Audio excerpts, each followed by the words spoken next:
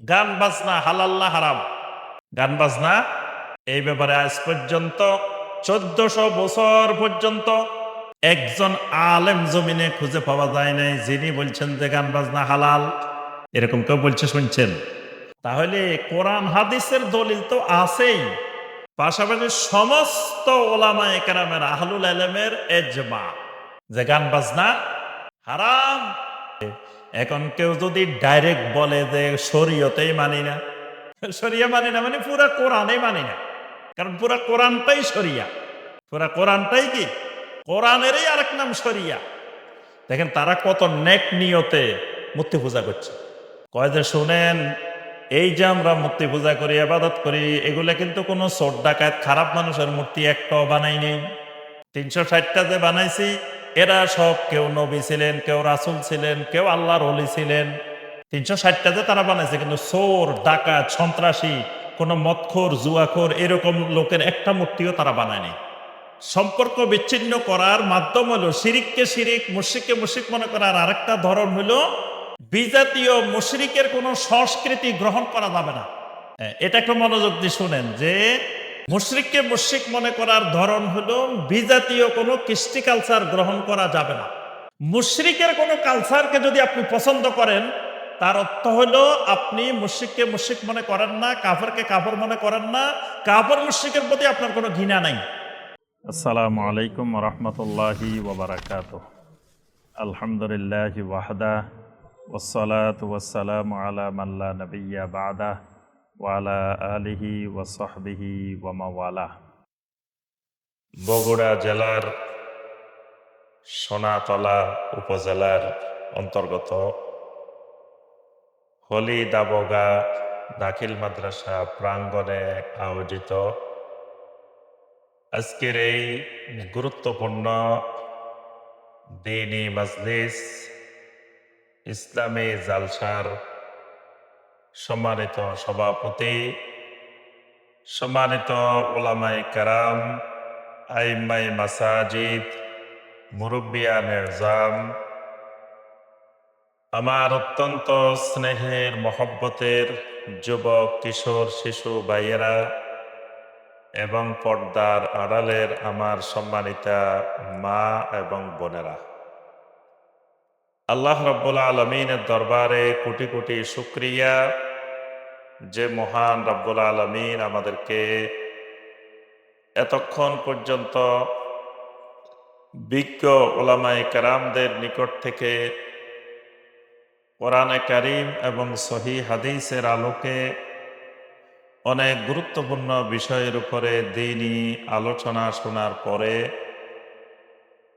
আজকের ইসলামী জালসার একেবারে শেষ পর্যায়ে এসে এই জান্নাতের বাগানে বসার এবং কোরআন সুন্নাহ থেকে দুই একটি কথাবার্তা বলার এবং শোনার যে মহান রব্বুল আলামিন আমাদেরকে তৌফিক দিয়েছেন, সে মহান রব্বুল আলামিনের শুকর আদায় করি।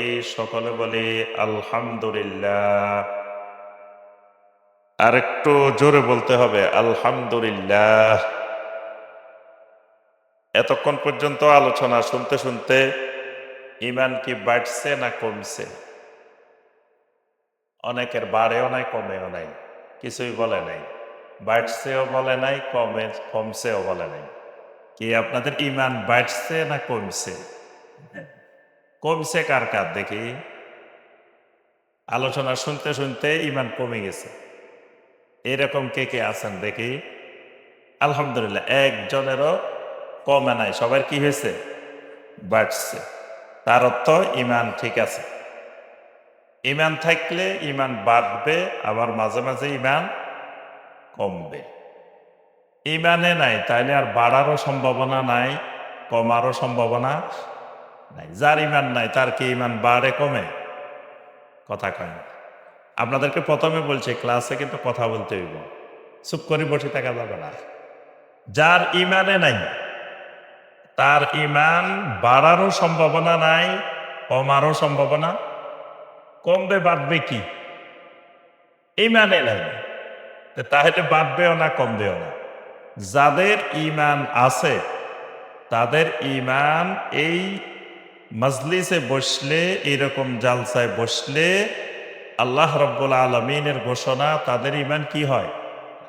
বাড়ি যায়। সূরা আল আনফালের 2 নম্বর আয়াত আল্লাহ রাব্বুল আলামিন ঘোষণা করেছেন, ইন্নামাল মুমিনুনা আল্লাযীনা ইযা যুকিরাল্লাহু ওয়াজিলাত কুলুবুহুম ওয়া ইযা তুলিয়াত আলাইহিম আয়াতুহু যাদাতহুম ঈমানা। সুবহানাল্লাহ। এদের সামনে যখন কোরআন সুন্নাহর আলোচনা করা হয়, ঈমানদারের সামনে, যাদাতহুম ঈমানা, এটা তাদের ঈমানকে কি করে? বাড়িয়ে দেয়, ঈমান বৃদ্ধি করে দেয়। তাহলে এরকম জালসায় বসলে ঈমান বাড়ে, এরকম জালসায় বসলে ঈমান বাড়ে। এই ঈমান বাড়ানোর জন্যই এই ইসলামী জালসা। এই কারণে এই জালসার এত গুরুত্ব যে এই জালসায় বসলে আমাদের ঈমান বাড়ে। ঈমান বাড়ানোর জন্যই এই মজলিস এত কষ্ট করে এই মাহফিলের আয়োজন করা হয়।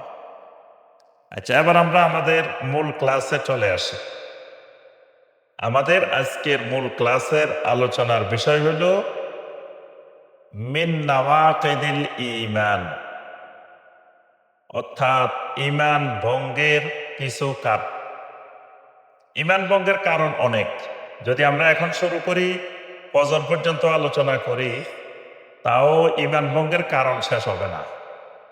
এই জন্য বেশি সময় তো করা যাবে না। অল্প সময়ে কয়েকটি ঈমান ভঙ্গের কারণ আমরা আলোচনা করার চেষ্টা করব ইনশাআল্লাহ। তো প্রথম কথা, ঈমান ভাঙবে কাদের? যাদের ঈমান আছে। যাদের ঈমান নাই তাদের ভাঙ্গারও সম্ভাবনা নাই। যে ওযুই করে নাই তার ওযু ভাঙ্গার সম্ভাবনা আছে?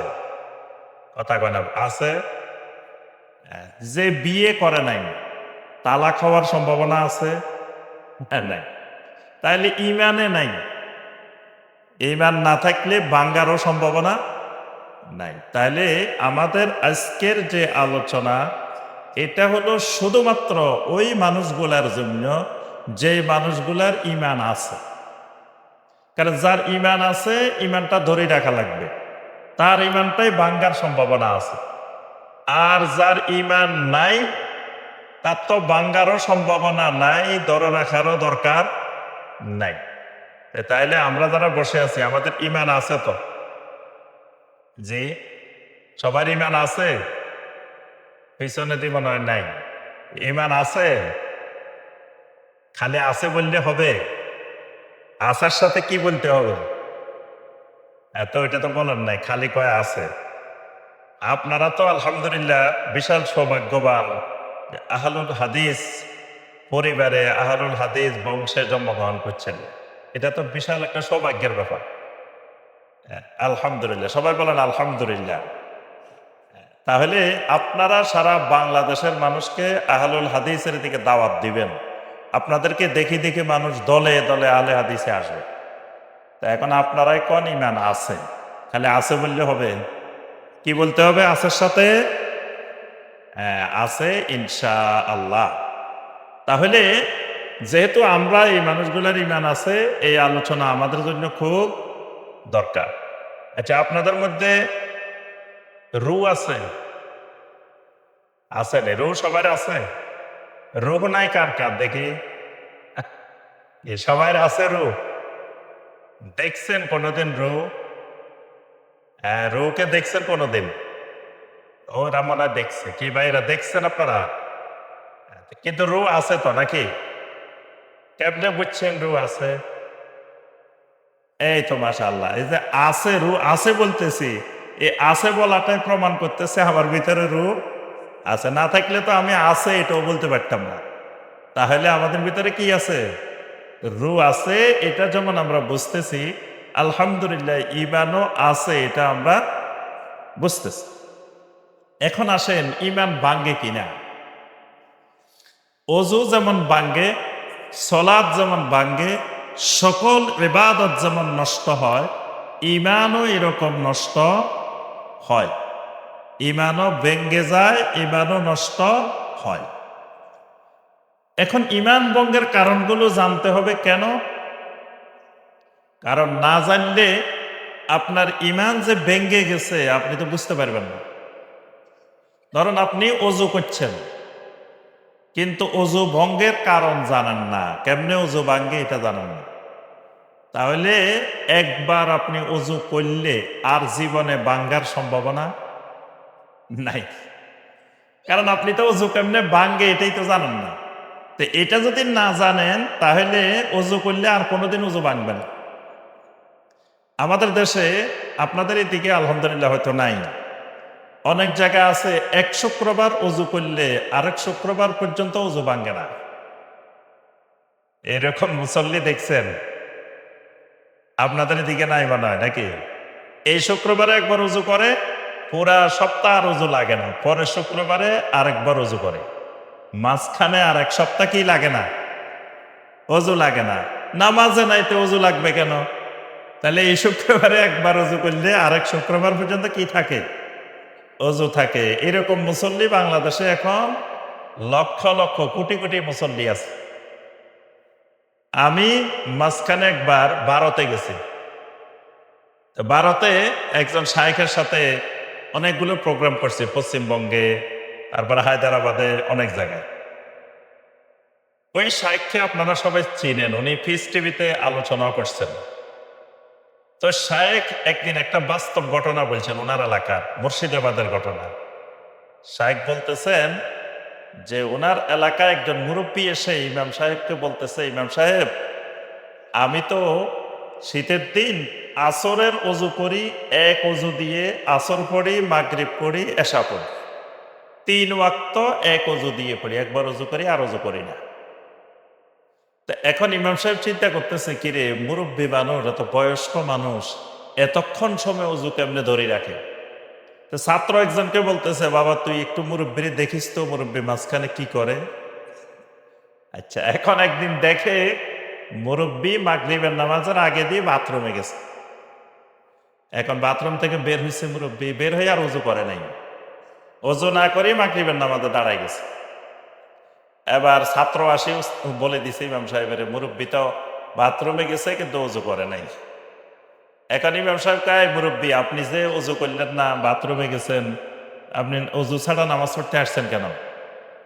এবার মুরব্বী তো গরম, তো ইমাম সাহেব আপনি কি আমাকে পাগল মনে করছেন?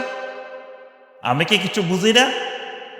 আমি বাথরুমে গেছি এটা ঠিক কথা, কিন্তু আমি আমার কাপড় হাঁটুর উপরে তুলি নাই। আমার কাপড় হাঁটুর উপরে তুলি নাই। তা আমি কাপড় হাঁটুর উপরে তুলি নাই, আমার ওজুর কি হয়েছে? বাথরুম করছি ঠিক আছে, কিন্তু কাপড়টা আর হাঁটুর উপরে উঠে নাই। অর্থাৎ মুরব্বী বুঝছে যে হাঁটুর উপরে কাপড় উঠলে ওজু ভাঙ্গি যায়, কিন্তু বাথরুম করলে ওজু ভাঙ্গে না। মানে মুরব্বীর জানা হলো এটা। তাইলে আবার দেখেন এই মুরব্বী কতদিন ধরে এই অবস্থায় সলাত আদায় করছে, তার কি অবস্থা। এর কারণ কি? অজু কেমনে করতে হয় এটা জানছে, কিন্তু অজু কেমনে ভাঙ্গে এটা শিখে নাই। এই কারণে ইমান কেমনে আনতে হয় এটা জানা যেমন ফরজ, ইমান কেমনে ভেঙ্গে যায় এগুলা জানাও ফরজ। না হয় ইমান ভাঙ্গি বসে দেখবো, আপনি বুঝবেন না যে আপনার ইমান ভাঙ্গি গেছে। আচ্ছা, আপনাদের এইসব এলাকায় কোনোদিন অজু ভাঙছে এরকম মানুষ দেখছেন? দেখছেন না? অজু ভেঙে গেছে এরকম মানুষ দেখেন নাই? ওরে আমার জীবনে কত দেখছি। এই যে নামাজে দাঁড়াইছে, হঠাৎ করে বাইরে গেছে, কিরে ভাই কি হয়েছে, অজু ভেঙে গেছে, এরকম বাইরে যায় না? মাঝে মাঝে নামাজ ইমাম সাহেব আবার দৌড়ায় পড়ে, কারণ কি? নামাজ ভেঙে গেছে, নামাজ নষ্ট হয়ে গেছে। তাহলে অজু ভাঙ্গা দেখছেন, নামাজ ভাঙ্গা দেখছেন, ইমান ভাঙ্গা দেখছেন কোনোদিন? সোনাতলার কোনো ভাইয়ের ইমান ভাঙছে দেখছেন এ পর্যন্ত? বগুড়ার কারো ইমান ভাঙছে দেখছেন? পুরা বাংলাদেশে কারো ইমান ভেঙে গেছে এরকম কাউকে দেখছেন? ওরে দেখছিও কয় না, দেখি না করে দেখছেন? শুনছেন? দেখিও নাই, শুনিও নাই।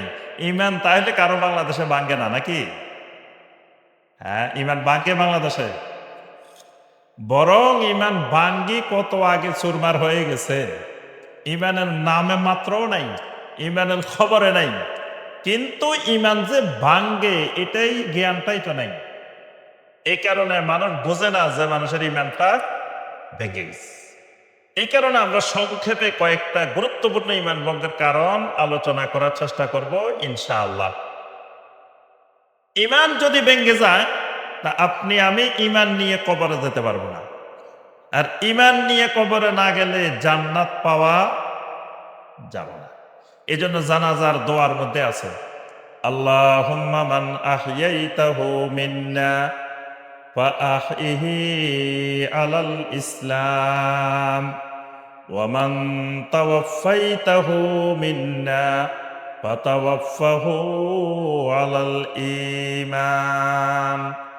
আয় আল্লাহ, যতদিন আপনি আমাকে দুনিয়াতে বাঁচায় রাখবেন ততদিন আমাকে ইসলামের উপরে বাঁচায় রাখেন। যখন আমার মৃত্যুটা দিবেন ফাতাওয়াফাহু আলাল ঈমান, আল্লাহ আবার মৃত্যুটা ঈমানের উপরে দিবেন। কারণ কি? যত জায়গায় আল্লাহ রাব্বুল আলামিন জান্নাতের সুসংবাদ দিছেন, এক নম্বরে শর্ত দিছেন ঈমান। ইন্নাল্লাযীনা আমানু ওয়া আমিলুস সলিহাতি কানাত লাহুম জান্নাতুল ফিরদাউসি নুজুলা। প্রথমে বলছেন ইন্নাল্লাযীনা আমানু, প্রথম শর্ত ঈমান। ঈমান থাকলে জান্নাতুল ফিরদাউসের মেহমানদারি পাবে। সূরা আল মুমিনুন, জান্নাতুল ফিরদাউসের ওয়ারিস কারা হবে সেখানে আল্লাহ পাক কয়েকটা গুরুত্বপূর্ণ শর্ত দিয়েছেন। এই বৈশিষ্ট্য থাকলে এরা জান্নাতুল ফিরদাউসের ওয়ারিস হবে। তো শুরুটা আল্লাহ পাক বলছেন কাদ আফলাহাল মুমিনুন। ওই জান্নাতুল ফিরদাউস পাইতে হলে প্রথম শর্ত মুমিনুন হওয়া লাগবে, ঈমানওয়ালা হওয়া লাগবে। সূরা আল বাকারার 25 নম্বর আয়াত, এখানে আল্লাহ পাক কোরআনে কারীমের প্রথমেই জান্নাতের সুসংবাদ দিয়েছেন, ওয়াবাশশিরিল্লাযীনা আমানু ওয়া আমিলুস সলিহাতি আন্না লাহুম জান্নাত। এই মানুষগুলোর জন্য জান্নাত আছে। প্রথম শর্ত ওয়াবাশশিরিল্লাযীনা আমানু, প্রথম শর্ত হলো ঈমান। ঈমান নাই, জান্নাত নাই। ঈমান আছে, জান্নাত আছে। তাহলে কবরে যেতে হবে ঈমান নিয়ে। ঈমান হারা হয়ে কবরে যাওয়া যাবে না। আল্লাহ পাক আমাদের সবাইকে ঈমান নিয়ে কবরে যাওয়ার তৌফিক দান করুন। তাহলে আসেন, ঈমান ভঙ্গের অনেকগুলা কারণের মধ্যে গুরুত্বপূর্ণ কয়েকটা কারণ। এক নম্বর কারণ আশ-শিরকু ফি ইবাদাতিল্লাহি তাআলা। আল্লাহ রাব্বুল আলামিনের ইবাদতের মধ্যে শিরিক করা, এটা ঈমান ভঙ্গের সবচেয়ে বড় কারণ, এক নম্বর কারণ। আল্লাহ রাব্বুল আলামিনের যে কোনো ইবাদতের ক্ষেত্রে কোনো ব্যক্তি যদি শিরিক করে তাহলে তার ঈমান কি হবে? ভেঙে যাবে। তাহলে শিরিক ঈমান ভঙ্গের এক নম্বর কারণ। কারণ কি? কারণ হলো শিরকের মাধ্যমে আল্লাহ রাব্বুল আলামিনের অধিকার, আল্লাহর হক বান্দা নষ্ট করে। শিরকের মাধ্যমে বান্দা আল্লাহর হক নষ্ট করে, আল্লাহর অধিকার নষ্ট করে ফেলে। কারণ বান্দার উপরে আল্লাহর হক। সেই মুআজ ইবনে জাবালের হাদিসের মধ্যে আল্লাহ রাসূল সাল্লাল্লাহু আলাইহি ওয়াসাল্লাম বলছেন, হাক্কুল্লাহি আলাল ইবাদ আইয়াবুদুহু ওয়াহদা ওয়ালা ইউশরিকু বিহি শাইআ। বান্দার উপরে আল্লাহ রাব্বুল আলামিনের অধিকার, আল্লাহর হক, বান্দা একমাত্র তাওহীদের ভিত্তিতে আল্লাহর গোলামি করবে, আল্লাহর সাথে কাউকে শরীক করবে না। এখন বান্দা যখন শরীক করে আল্লাহর এই অধিকারটা নষ্ট করে ফেলে, আল্লাহর হক নষ্ট করে। এই জন্য শিরিক সবচাইতে বড় জুলুম। এর থেকে বড় জুলুম জমিনে আর দ্বিতীয় কোনো জুলুম নাই। সূরা লোকমানের 13 নম্বর আয়াত, ইন্নাশ শিরকা লাযুলমুন আযীম। শিরিক হলো খালি জুলুম না, জুলমে আযীম, মহান জুলুম। যেখানে শিরিক হয় সেখানে আমার আল্লাহ রাব্বুল আলামিনকে অপমান করা হয়। আল্লাহ রাব্বুল আলামিনের অপমানের মাধ্যম হলো শিরক। শিরকের মাধ্যমে আল্লাহ সুবহানাহু ওয়া তাআলাকে অপমান করা হয়। শিরকের মাধ্যমে আল্লাহকে ছোট করা হয়। শিরকের মাধ্যমে আল্লাহ রাব্বুল আলামিনের ক্ষমতাকে ছোট করা হয়। এই কারণে আল্লাহ রাব্বুল আলামিন সকল গুনাহ বান্দার চাইলে ক্ষমা করতে পারেন, কিন্তু শিরকের গুনাহ আল্লাহ পাক ক্ষমা করেন না। কেউ যদি শিরিক থেকে ফিরে না এসে শিরিক সহকারে কবরে যায়, আল্লাহ পাক শিরিকের গুনাহ ক্ষমা করবেন না। কোরআনে কারিমে দুইবার বলছেন, ইন্নাল্লাহা লা ইয়াগফিরু আন ইউশরাকা বিহি ওয়া ইয়াগফিরু মা দুনা যালিকা লিমান ইয়াশা। আল্লাহ রাব্বুল আলামিন ইচ্ছা করলে, চাইলে বান্দা তোমার সব গুনাহ আল্লাহ ক্ষমা করে দিতে পারেন, কিন্তু আল্লাহ রাব্বুল আলামিন শিরকের গুনাহ ক্ষমা করবেন না। কারণ শিরিক আল্লাহকে অপমান করা হয়েছে, আল্লাহকে ছোট করা হয়েছে, আল্লাহর অধিকার খর্ব করা হয়েছে। এই কারণে আল্লাহ এই গুনাহ ক্ষমা করেন না। সহিহ মুসলিমের হাদিসে কুদসি আল্লাহ রাব্বুল আলামিন ঘোষণা দিচ্ছেন, মান লাকিয়ানি বিকুরাবিল আরদি খাতিআতান। আমার কোন বান্দা, কোন বান্দি যদি জমিন ভর্তি গুনাহ নিয়ে আমি আল্লাহর কাছে হাজির হয়, কিন্তু লা ইউশরিকু বি শাইয়ান, জীবনে কোনোদিন আমি আল্লাহর সাথে শিরিক করে নাই। কবিরা গুনাহ করছে, সগীরা গুনাহ করছে, অন্যান্য গুনাহ করছে, কিন্তু শিরিক করে নাই। গুনাহ তার অনেক, পুরা জমিন তার গুনাহে ভর্তি হয়ে গেছে। আল্লাহ রাব্বুল আলামিন বলেন, লাকিতুহু বিমিসলিহা মাগফিরা। বান্দা যে পরিমাণ গুনাহ নিয়ে আমি আল্লাহর কাছে হাজির হবে, আমি আল্লাহ ওই পরিমাণ মাগফিরাত নিয়ে বান্দার সাথে মোলাকাত করব। সুবহানাল্লাহ। বান্দার গুনাহ যত বড় হবে, আমি আল্লাহর মাগফিরাত তত বড় হবে। বান্দার গুনাহ যত বড়, গুনাহ যত দূর বিস্তৃত, আমি আল্লাহর মাগফিরাত তত দূর বিস্তৃত হবে। সুবহানাল্লাহ। আল্লাহ রাব্বুল আলামিন সমস্ত গুনাহ বান্দার ক্ষমা করে দিবেন, শর্ত একটা, লা ইউশরিকু বি শাইআ। বান্দা জীবনে কোনোদিন আমার সাথে শিরিক করেনি। এজন্য শিরিক করলে আল্লাহ রাব্বুল আলামিন আল্লাহর জান্নাতকে কি করে দেন? হারাম করে দেন, নিষিদ্ধ করে দেন, যে জান্নাতের সীমানায় সে ঢুকতে পারবে না। এমনকি জান্নাতের এক ফোঁটা পানি, জান্নাতের খাবার, এগুলো আল্লাহ তার জন্য হারাম করে দেন। আল্লাহ পাক জান্নাতীদেরকে দেখাবেন, জান্নাতের মধ্যে বসে জাহান্নামীদেরকে দেখবে। সূরা আল আরাফের মধ্যে আল্লাহ পাক বর্ণনা করছেন, জান্নাতীরা জাহান্নামীদেরকে দেখবে, জাহান্নামীরা জান্নাতীদেরকে দেখবে। এখন জাহান্নামীরা দেখে জান্নাতীদেরকে বলবে, আন আফিদু আলাইনা মিনাল মা। ভাইরা, আল্লাহ যে তোমাদেরকে এত সুন্দর সুন্দর নহরের পানি দিছেন জান্নাতের মধ্যে, একটু পানি আমাদের দিকে দাও না, একটু পানি আমাদের এদিকে পালাও। অথবা আও মিম্মা রাযাকাকুমুল্লাহ, আল্লাহ যে তোমাদেরকে এত খাবার দিছে, আমাদেরকে একটু খাবার নিচের দিকে পালাই দাও না, আমরা একটু খাই। তখন ঘোষণা হবে যে আল্লাহ পাক এগুলোকে কাফেরের জন্য নিষিদ্ধ ঘোষণা করে দিছে, আল্লাহ এগুলো দিবেন না। এই কারণে শিরিককারীর জন্য জান্নাত হারাম। জান্নাতের সমস্ত নিয়ামত, খাবার দাবার, পানীয় সব হারাম। সূরা আল মায়েদার ৭২ নম্বর আয়াত, ইন্নাহু মান ইউশরিক বিল্লাহি ফাকাদ হাররামাল্লাহু আলাইহিল জান্নাহ। যেই ব্যক্তি আল্লাহর সাথে শিরিক করবে, আল্লাহ রাব্বুল আলামিন আল্লাহর জান্নাতকে তার জন্য হারাম করে দিবেন। জান্নাত হারাম। এমনকি তার আমও যাবে, ছালাও যাবে। ঈমান যাওয়ার সাথে সাথে তার সমস্ত আমলও নষ্ট হয়ে যাবে। আল্লাহ পাক কোরআনে কারিমে কয়েক জায়গায় বলছেন, ওয়ালাউ আশরাকু লাহাবিতা আনহুম মা কানু ইয়ামালুন।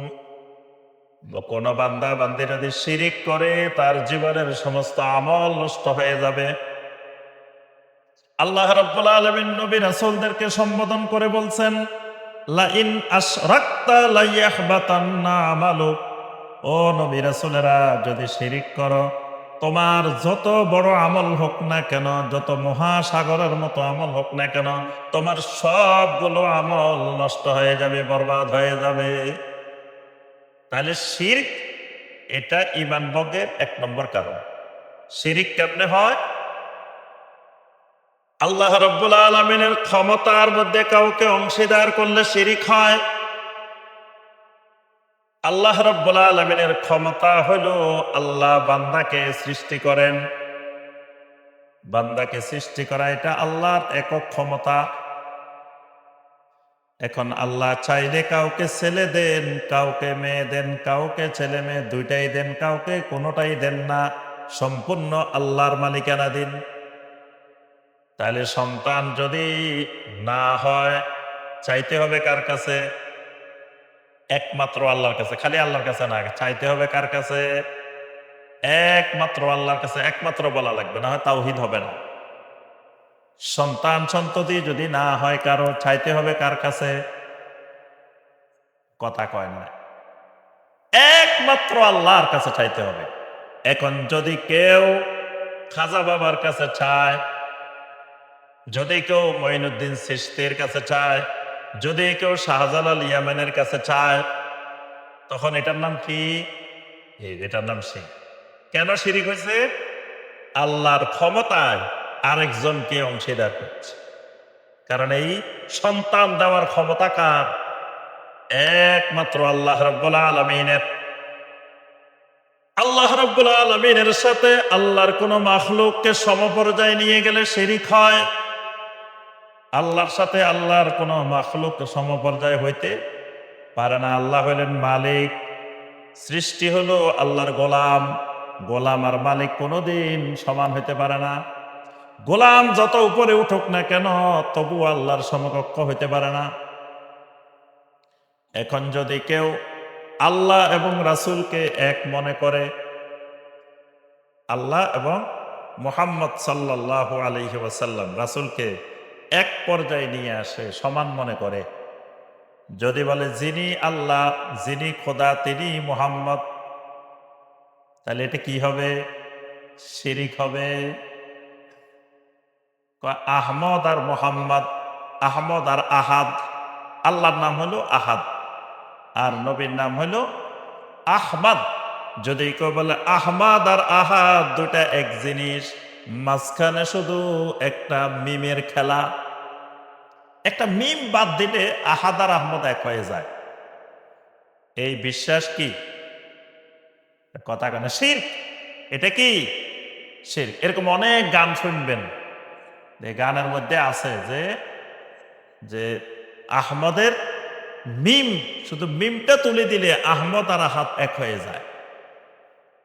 এই বিশ্বাস পুরাপুরি শিরকি বিশ্বাস। এই বিশ্বাস থেকে বাংলাদেশে অনেক মসজিদে দেখবেন এই পাশে আল্লাহ, এই পাশে মোহাম্মদ লিখে রাখে।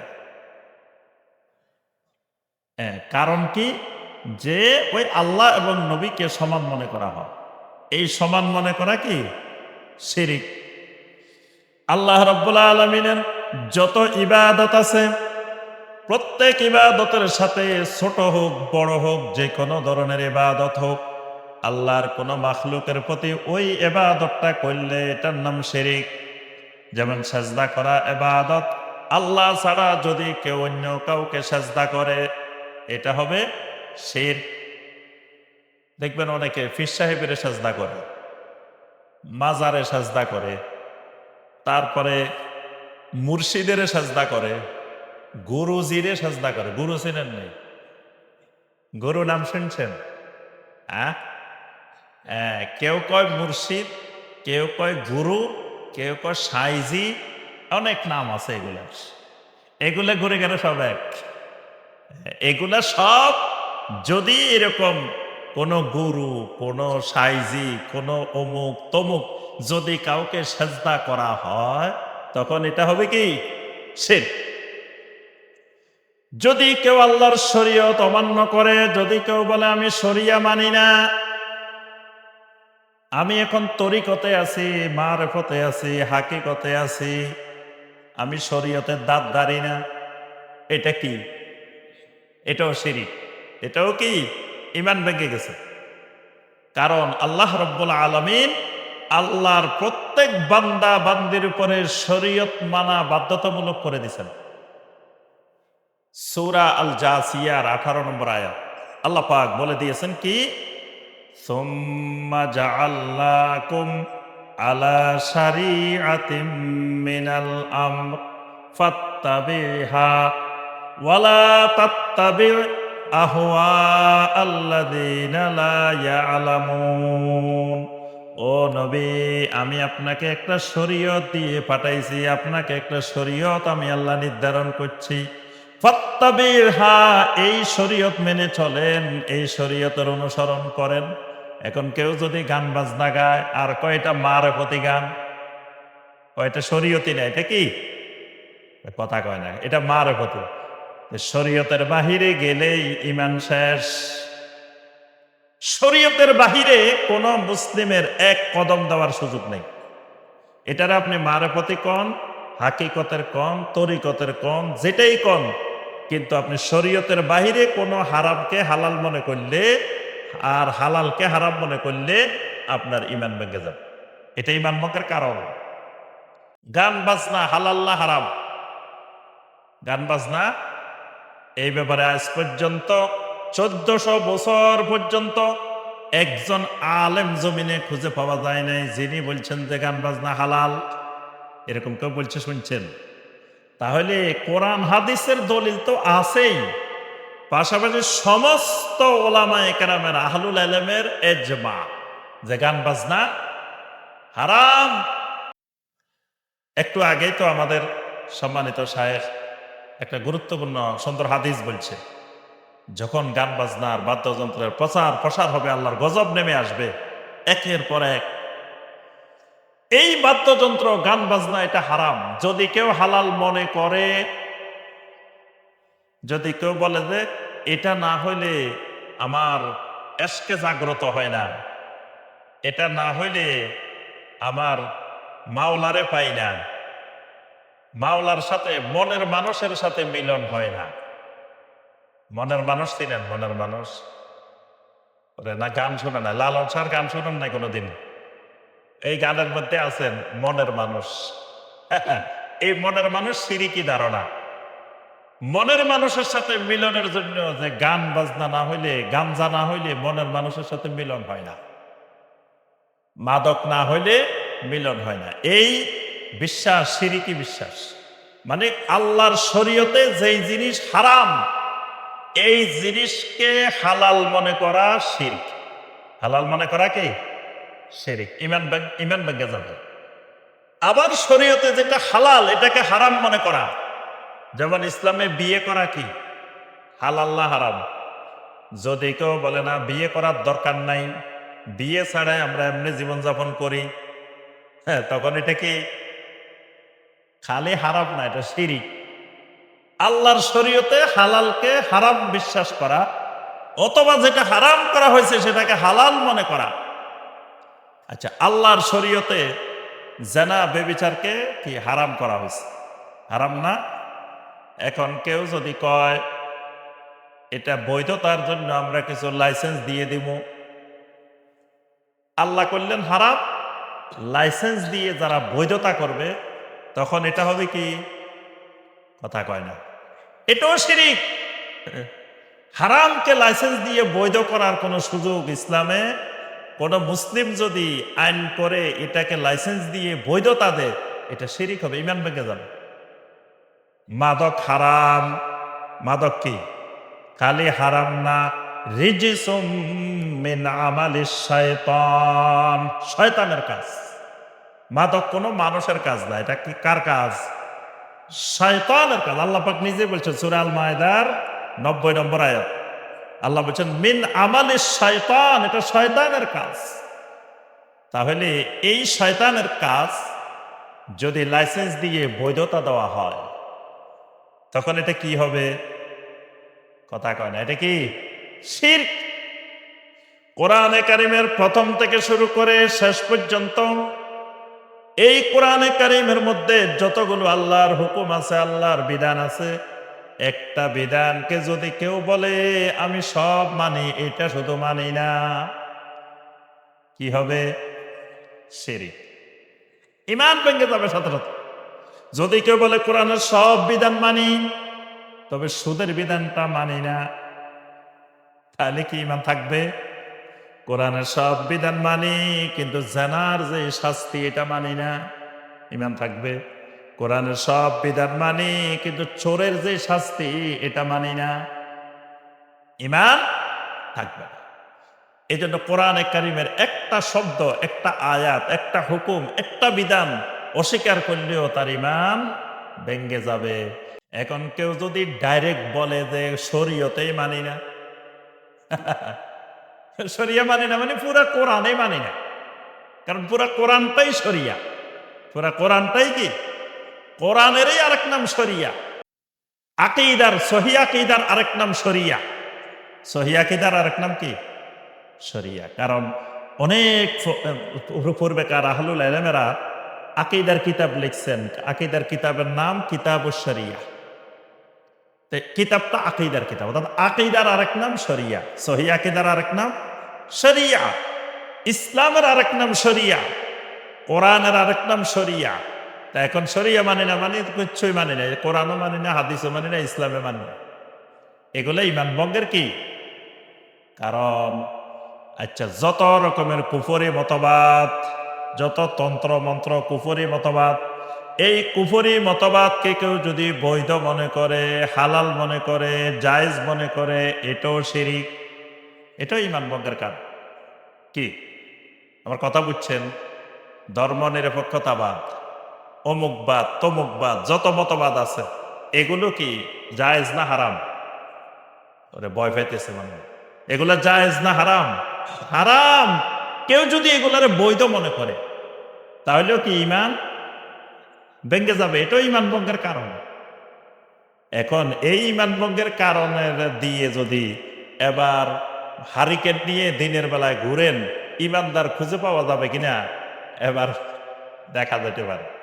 এক বিজ্ঞানী দিনের বেলায় হারিকেন নিয়ে নিয়ে রাস্তায় হাঁটে, সবাইকে ওরে বিজ্ঞানী তো গবেষণা করতে করতে পাগল হয়ে গেছে, দিনের বেলায় সূর্যের আলোতে হারিকেন নিয়ে হাঁটে। কি ব্যাপার বিজ্ঞানী সাহেব, আপনি হারিকেন নিয়ে হাঁটেন কেন? আমি মানুষ খুঁজতেছি। কি খুঁজি? মানুষ খুঁজি। থেকে আমরা কি, আমরা চারিপাশে দেখতেছেন না, এগুলো কি? এগুলো মানুষ না? আপনি কোন মানুষ খুঁজেন? কয় না তোমাদের মতো এই মানুষ না, যেটার উপরেও মানুষ ভিতরেও মানুষ। তোমরা উপরে দিয়ে মানুষের কায়া, ভিতরে কেউ কুকুর, কেউ শ্রীগাল, কেউ বাঘ, কেউ গরু, কেউ ছাগল, এক একটা ভিতরে। আমি চাইতেছি উপরেও মানুষ, ভিতরেও মানুষ। এখন উপরেও ইমানদার, উপরেও মুমিন, ভিতরেও ইমানদার। এরকম ইমানদার দিনের বেলায় হারিকেন ধরে খুঁজলেও পাওয়া যাবে কিনা মুশকিল। আচ্ছা বলেন তো দেখি, যখন কেয়ামত হবে, যে সময় পৃথিবীতে কেয়ামত হবে, তখন পৃথিবীতে মুসলিম থাকবে কিনা, মুসলমান থাকবে কিনা? যে মুসলমান থাকবে না। তো তার অর্থ কি? তাহলে বাংলাদেশের যে 20 কোটি মুসলমান আছে, এগুলো সব মরে যাব। যখন কেয়ামত হবে বাংলাদেশের মানুষ থাকবো কিনা? থাকবে না। এই 20 কোটি হয়তো 50 কোটি মুসলমান হয়ে যাবে। এখন হয়তো 20 কোটি, কেয়ামতের আগে হয়ে যাবে বাংলাদেশে 50 কোটি। কিন্তু 50 কোটি আদমশুমারির মধ্যে মুসলমান থাকবো, কিন্তু আল্লাহর গণনায় একজনও মুসলমান নাই, একজনও ইমানদার নাই পৃথিবীতে। তখন কিয়ামত হইব, একজন ইমানদারও নাই তখন পৃথিবীতে। কিন্তু আদমশুমারিতে কয়েকশো কোটি হয়তো থাকতে পারে, নামে মুসলমান, মানে সব গণনায় মুসলমান থাকবো। যখন কিয়ামত হইব তখন মুসলিম কোটি কোটি থাকবো, এগুলো কি মরে যাবে না? সবে থাকবে। কিন্তু তাওহীদওয়ালা ইমানদার জমিনে একজনও থাকবে না। মাঝে মাঝে অনেকে খুব দুশ্চিন্তায় ভোগে যে সৌদি আরব খারাপ হয়ে যায়। দেখবেন আমাদের বাংলাদেশের অনেক ভাইয়ের ঘুম হারাম, সৌদি আরবের কিছু দেখলে আর ঘুম হয় না। সৌদি আরব খারাপ হয়ে গেছে, সৌদি আরবে এই করছে, সৌদি আরবে এই করছে। নিজের দেশ নিয়ে এত টেনশন নাই, সব টেনশন কোন দেশ নিয়ে? সৌদি আরব নিয়ে। আচ্ছা ভালো কথা। এখন আমি বলি যে ভাই সৌদি আরব যদি খারাপ না হয় কেয়ামত কেমনে হইব? কেয়ামত পর্যন্ত যদি সৌদি আরবে তাওহীদ কায়েম থাকে তাহলে তো আর কেয়ামত কোনোদিন হবার সম্ভাবনা নেই।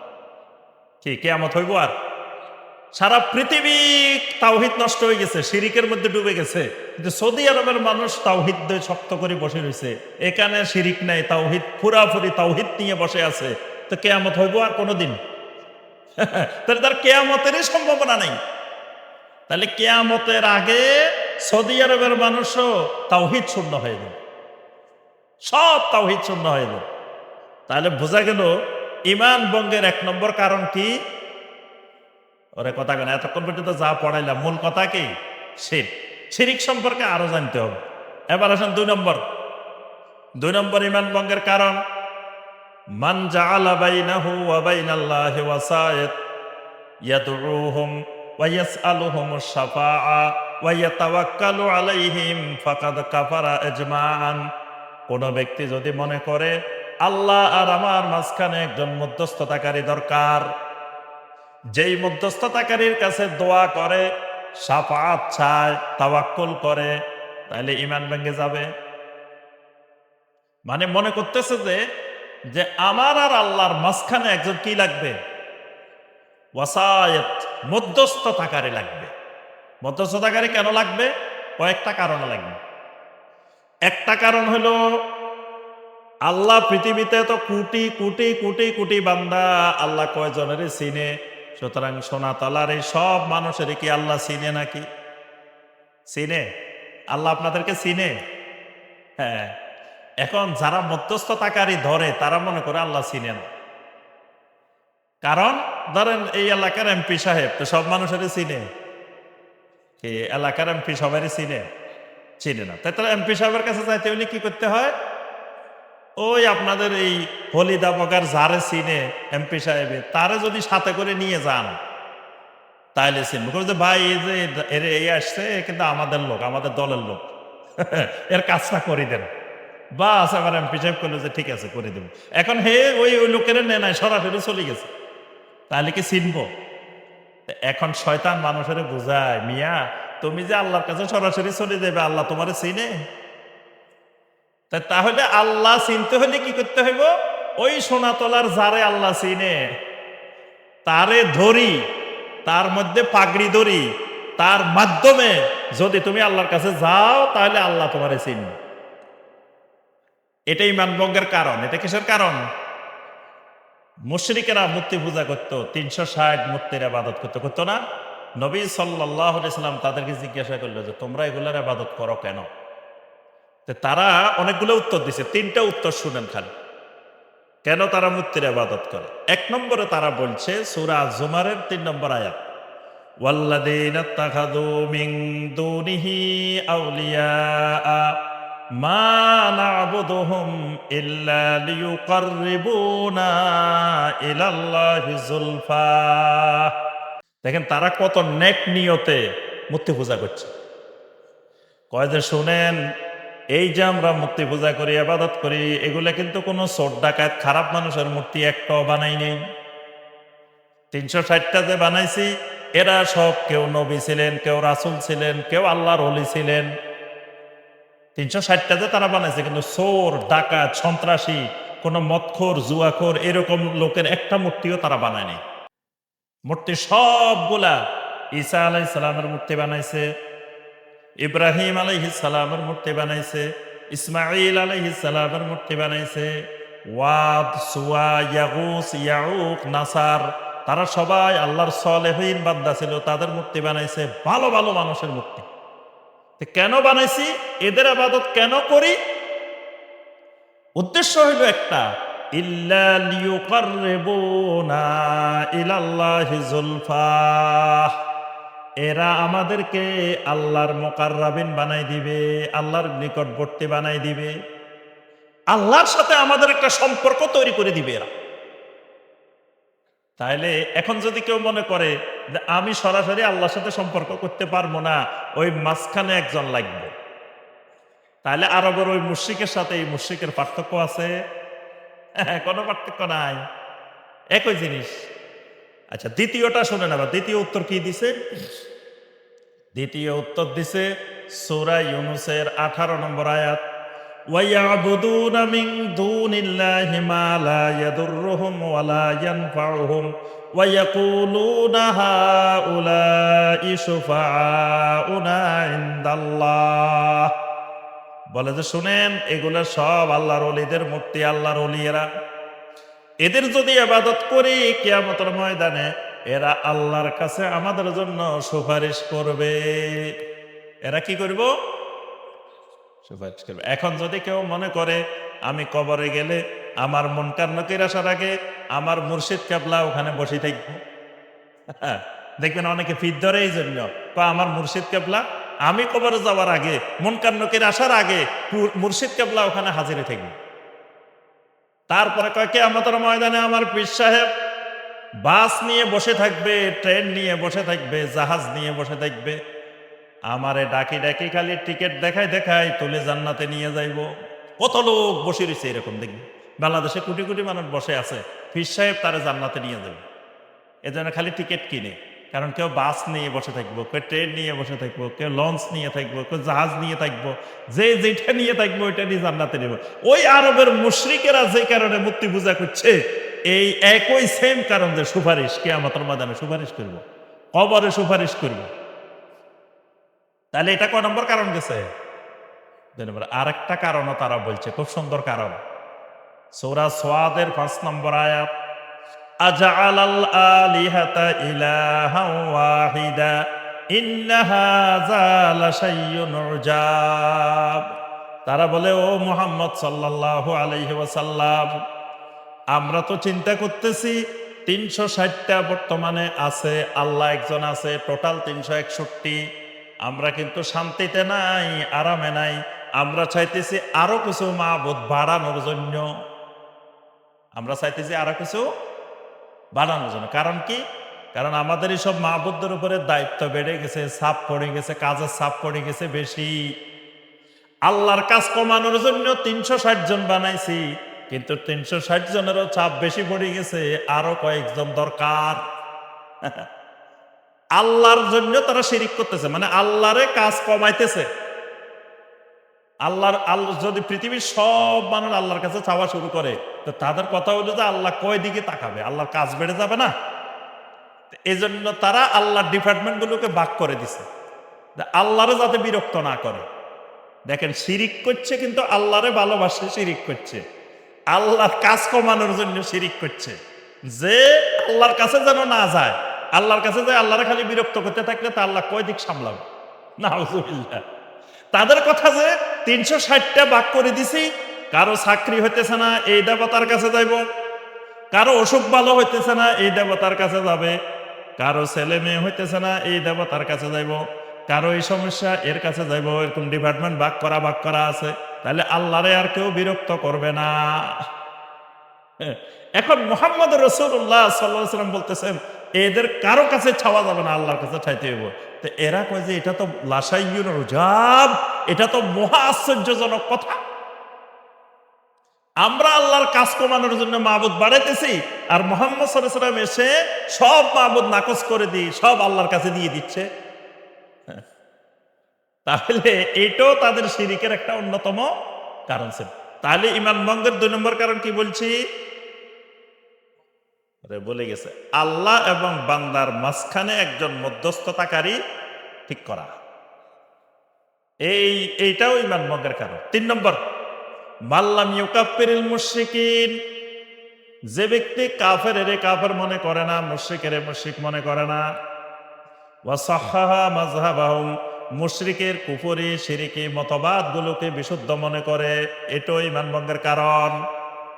কাফেরে কাফের মনে করা ফরজ, মুশরিকেরে মুশরিক মনে করা ফরজ, এখন কেউ যদি কাফেরের কাফের মনে না করে, মুশরিকের মুশরিক মনে না করে, এটা তারই ইমান ভেঙে যায়। এটাকে বুঝে আসছে। কাফেরের কেমনে কাফের মনে করবেন? কাফেরের কাফের মনে করার এক নম্বর মাধ্যম, কাফের যদি মুশরিক যদি আমার বাপও হয়, আমার ছেলেও হয়, আমার ভাইও হয়, তো তার সাথে ওয়ালা করা যাবে না, তার সাথে বাড়া করতে হবে, সম্পর্ক বিচ্ছেদ করতে হবে। এটা এক নম্বরে কাফেরের কাফের মনে করা। যেমন ইব্রাহিম আলাইহিস সালাম তার আব্বারে বাড়া করছেন, সম্পর্ক বিচ্ছিন্ন করছেন, তার কাওমের বিচ্ছিন্ন করছেন। কোরআনে কারিমে অনেক আয়াত আল্লাহ বলছেন, ওয়াইদ ক্বালা ইব্রাহিমু লিআবিহি আযারা আতাত্তাখিযু আসনামান আলিহা ইন্নী আরাকা ওয়া কাওমাকা ফি দালালিম মুবিন। ইব্রাহিম আলাইহিস সালাম বাপের ডাকি বলেছে, আব্বা আপনাকে আমি দেখতে পাচ্ছি, আতাত্তাখিযু আসনামান আলিহা, আপনি মূর্তিরে মাবুদ বানাইছেন, আপনি আমার আল্লাহর সাথে শিরিক করছেন। অতএব আপনিও গোমরাহির মধ্যে আছেন, আপনার পুরা জাতীয় গোমরাহির মধ্যে আছে। বাপেরে বলছেন। কারে বলছে? বাপেরে। তাহলে বাপও যদি শিরিক করে, বাপও যদি কুফরি করে, তাহলে শিরিক কুফরকে স্পষ্ট কুফর বলতে হবে, শিরিক বলতে হবে। এটার ভয় পাইলে আপনার ইমান থাকবে না। কি এটা বুঝে আসছে? শিরিককে শিরিক, কুফরকে কুফর, সেটা আমার বাপে করুক, ভাইয়ে করুক, ছেলে করুক, মেয়ে করুক, যেই করুক। এবং ইব্রাহিম আলাইহিস সালাম ঘোষণা দিয়েছেন এদেরকে, ইন্না বুরাউ মিনকুম ওয়া মিম্মা তা'বুদুনা মিন দুনিল্লাহ। সূরা আল মুমতাহিনা 4 নম্বর আয়াত। ইব্রাহিম আলাইহিস সালাম বললেন, ও আমার কওম, তোমাদের সাথে আমার চিরজীবনের জন্য সম্পর্ক বিচ্ছেদ করে দিলাম। কোন পর্যন্ত? হাত্তা তুমিনু বিল্লাহি ওয়াহদা, যতদিন পর্যন্ত না তাওহীদের ভিত্তিতে আমার আল্লাহর উপরে ঈমান না আনবা। তাহলে বোঝা গেল কাফেরের কাফের মনে করা, মুশরিককে মুশরিক মনে করা। এখন কেউ যদি মনে করেন না এরা কাফের হলে কি হয়েছে, মুশরিক হইলে কি হয়েছে, আল্লাহ হয়তো এদেরকেও জান্নাত দিব, হ্যাঁ, এটা যে বিশ্বাস করছে এর ঈমান শেষ। এও কি হয়ে যাবে? কাফের হয়ে যাবে, সেও মুশরিক হয়ে যাবে যদি কেউ। আচ্ছা, এবার আসেন মুশরিকের মুশরিক মনে কেমনে করবেন। 2 নম্বরে মুশরিকের মুশরিক মনে করা, কাফেরকে কাফের মনে করা। কাফের মুশরিকের সাথে বৈবাহিক সম্পর্ক না করা। কাফেরের সাথে মুশরিকের সাথে বৈবাহিক সম্পর্ক না করা। কাফের মুশরিক বিয়ে করা কি খালি হারাম না? হারাম তো হারাম, পাশাপাশি আপনার ইমানও চলে যাবে। কাফের মুশরিকের সাথে বিয়ে শাদী হবে না। ওইদিন আমাকে একজন প্রশ্ন করতেছে যে খ্রিস্টানের সাথে বিয়ে হয়েছে, বিয়ে হয়েছে, ছেলে মেয়ে হয়েছে, মানে ছেলে খ্রিস্টান, মেয়ে মুসলমান, এবং এই ঘরে ছেলে মেয়েও হয়েছে। এই গত শনিবারেই আমাদের কনফারেন্সে একজনে প্রশ্ন করছে, তা আমি কি ওই সমাজে কি মুসলমান ছিল না? ওই সমাজের যত মানুষ এটা সহ্য করছে, চুপ করে রয়েছে, কিছু বলে নাই, প্রত্যেকটা মানুষ গুনাহগার হোক। কারণ এরা তো এটা জাতীয়ভাবে প্রকাশ করা দরকার ছিল। এটা তো ছোটখাটো বিষয় না। একটা মুসলিম মেয়ে এক কাফেরের সাথে বিয়ে হবে, এটা কিভাবে হয়? তাহলে কাফের মুশরিকের সাথে বৈবাহিক সম্পর্ক না করা, এটা হলো কাফের মুশরিককে মুশরিক মনে করার দ্বিতীয় ধরন। 3 নম্বর, কাফের মুশরিককে, শিরিককারীকে, কুফরকারীকে সম্মান না করা। কোন কাফেরকে, কোন মুশরিককে, কুফরকারীকে, শিরিককারীকে সম্মান করা যাবে না। এটা কাফেরকে কাফের মনে করা, মুশরিককে মুশরিক মনে করা। কেমনে? এবার আমি আপনাদের একটা কথা বলি। মসজিদের জুতা চোর ধরা পড়ছে, আপনাদের দিকে জুতা চুরি হয়নি? ও তো মাশাআল্লাহ, এই দেশে জুতা চোর নাই। আমাদের ঢাকা শহরে ভালো ভালো জুতা। আমি আগে মাহফিলে যাওয়ার সময় ভালো ভালো জুতা নিয়ে যাইতাম, কয়েক জায়গায় আমার জুতো নিয়ে গেছে, মাহফিল থেকে নিয়ে গেছে, এরকম নিচে রেখে আসছি, পরে যাই আর আমার জুতা। এখন দেখবেন আমার জুতা কারোরে ফ্রি দিলেও নিবে না, এরকম জুতা নিয়ে আসি আমি। বাসা থেকে আমাকে প্রতিদিন বলে যে এই জুতা নিয়ে কেমনে মাহফিলে যায়। আমি কই না, এমন জুতা নিয়ে যায় যে কারোর যদি বলি ভাই ফ্রি নিয়ে যাও, তাও কেউ নিবে না। এটা পড়িলে এটা আমার আর জুতা নিয়ে টেনশন নাই। এখন ওয়াজ করতেছি, আবার জুতা নিয়েও যদি টেনশন করি তাহলে অবস্থা খারাপ না? এই জন্য দামি জুতা কোথাও নিই না। আচ্ছা, এখন ধরেন এই জুতা চোর ধরা পড়ছে, তো জুতা চোর কত টাকা চুরি করছে? হয় 500 টাকা, না 1000 টাকা, না ধরুন 5000 টাকা জুতা চুরি করল। জুতা চোর একটা ধরা পড়লে দেখবেন যে সবাই যায় এমন মার, তার একবারে মারিয়ে গেল। যেই মুরব্বী হাঁটতে পারে না হেও দৌড়ায় যায় মারে। আমি এরকমও দেখছি, মুরব্বী নিজে হাঁটতে পেতেছে না কিন্তু জুতা চোরের যে মারতেছে ধরি। তাহলে কয় টাকা চোর? 5000 টাকা চোর। আরেকটা 500 কোটি টাকা চোর, 5000 কোটি টাকা চোর। মাহফিলে আইছে, মাহফিলে সবাই তারে বড় চেয়ারে বসাই দিছে। কি ওরে মনে হয় আপনারা দেখেন না, আপনাদের দিকে নাই তো আলহামদুলিল্লাহ। আপনাদের এদিকে এরকম 500 কোটি 5000 কোটি টাকা চোর নাই মনে হয়। এত বড় চোর নাই। এই যে কোটি কোটি টাকা বাংলাদেশ থেকে পাচার করে নিয়ে গেছে, এরা চোর ছিল না? কি কয়? বাংলাদেশের টাকা, এই দেশের সাধারণ মানুষের টাকা সব যে নিয়ে গেছে, ব্যাংক যে সব খালি করে ফেলছে, টাকা পয়সা সব খালি করে ফেলছে, এই লোকগুলো কি চোর না? কিরকম চোর? 1 টাকা 2 টাকা চোর না, 5000 10,000 টাকা চোর না, 5000 কোটি টাকা চোর। এখন এই চোরগুলো যখন মাহফিলের স্টেজে আসে, আমরা তাদেরকে কি সম্মান? মসজিদের সভাপতি বানাই দিই কি? মসজিদের সভাপতি কয় মিয়া এর যে সভাপতি বানাইতেছে কয় টাকা দিব? ওরে সভাপতি বানা, হে জীবনে এক উত্তম মসজিদেও আসেন। বেনামাজিরে মসজিদের কোনো দায়িত্ব দেওয়া যায় না। সভাপতি না, খালি মসজিদের কমিটিতে বেনামাজি রাখা যায় না। আল্লাহ পাক বলে দিয়েছেন, ইন্নামা ইয়ামুরু মাসাজিদাল্লাহি মান আমানা বিল্লাহি ওয়াল ইয়াউমিল আখির ওয়া আকামাস সালাহ।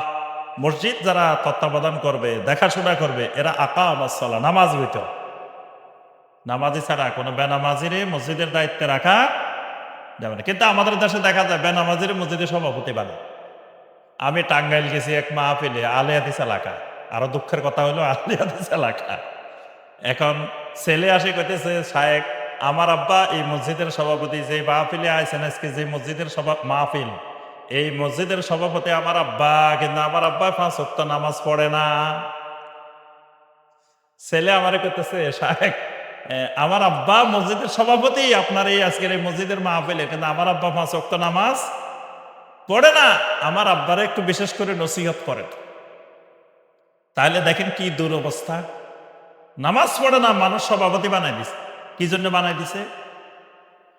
টাকা আছে। টাকা দুনিয়াতে মুখ্য বিষয় না। টাকা আল্লাহ সবাইরে দে, কাফেরেরও দে, মুশরিকেরও দে, জালেমেরও দে, সবাইরে দে। কিন্তু ঈমান আল্লাহ সবাইকে দেন না, শুধু যারে মহব্বত করে আল্লাহ তারে দেন। এই জন্য সবার আগে ঈমান। টাকাওয়ালার দিকে তাকাবেন না, টাকা মুখ্য বিষয় না। মসজিদ যেমনি আছে ভাঙ্গা থাক। আল্লাহ রসুল সাল্লাল্লাহু আলাইহি ওয়াসাল্লামের মসজিদ কি 5 তলা 6 তলা ছিল? বিশাল বিশাল অট্টালিকার মসজিদ ছিল। মসজিদ ছিল সাধারণ, কিন্তু মানুষগুলা ছিল অসাধারণ। সুবহানাল্লাহ। এখন মসজিদ বানায় বিশাল বিশাল করে, ফজরের নামাজও মুসল্লি নেই।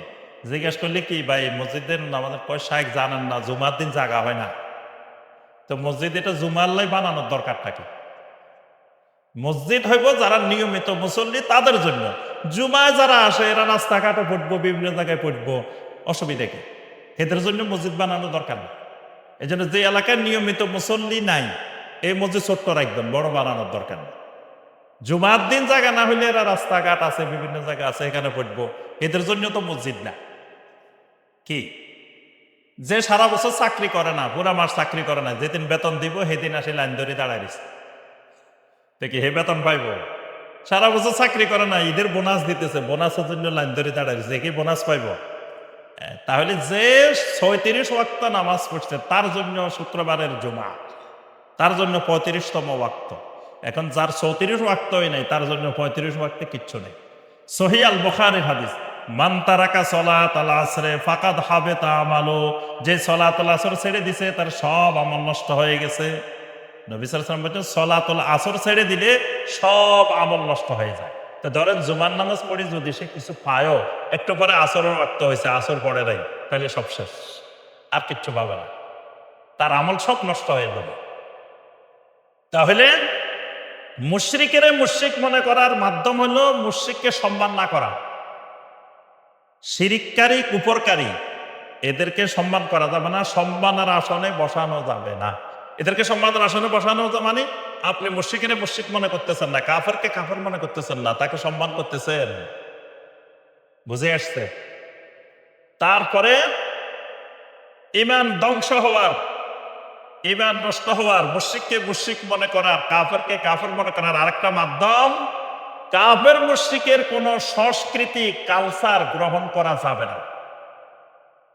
কাফের মুশরিকের কি করা যাবে না? কি ওটা?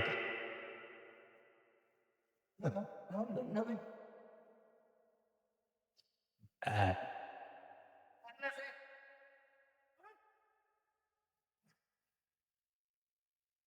আচ্ছা, বুঝে শুনে নিয়ে যান, বুঝে শুনে আদর যত্ন করে নিয়ে যান, নিয়ে কিছু খাওয়াই দেন।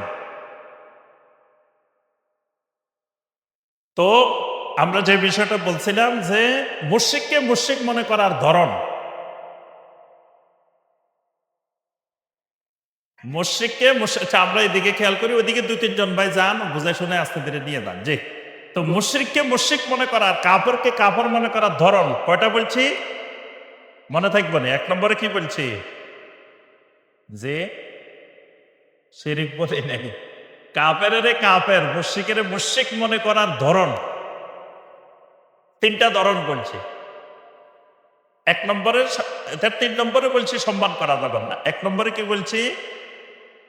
যে হ্যাঁ, মানে ওয়ালা করা যাবে না, মুশরিকের সাথে বাড়া করতে হবে, সম্পর্ক বিচ্ছিন্ন করতে হবে। তার অর্থ হলো বিচ্ছিন্ন করার মাধ্যমে আমি তাকে মুশরিককে মুশরিক মনে করলাম, কাফেরকে কাফের মনে করলাম। ২ নম্বরে বলছি বিয়ে শাদীর সম্পর্ক কোনো কাফের সাথে মুশরিকের সাথে করা যাবে না। ৩ নম্বরে বলছি সম্মান করা যাবে না, কোনো কুফরকারীকে শিরিককারীকে সম্মান করা যাবে না, সম্মান দেওয়া যাবে না।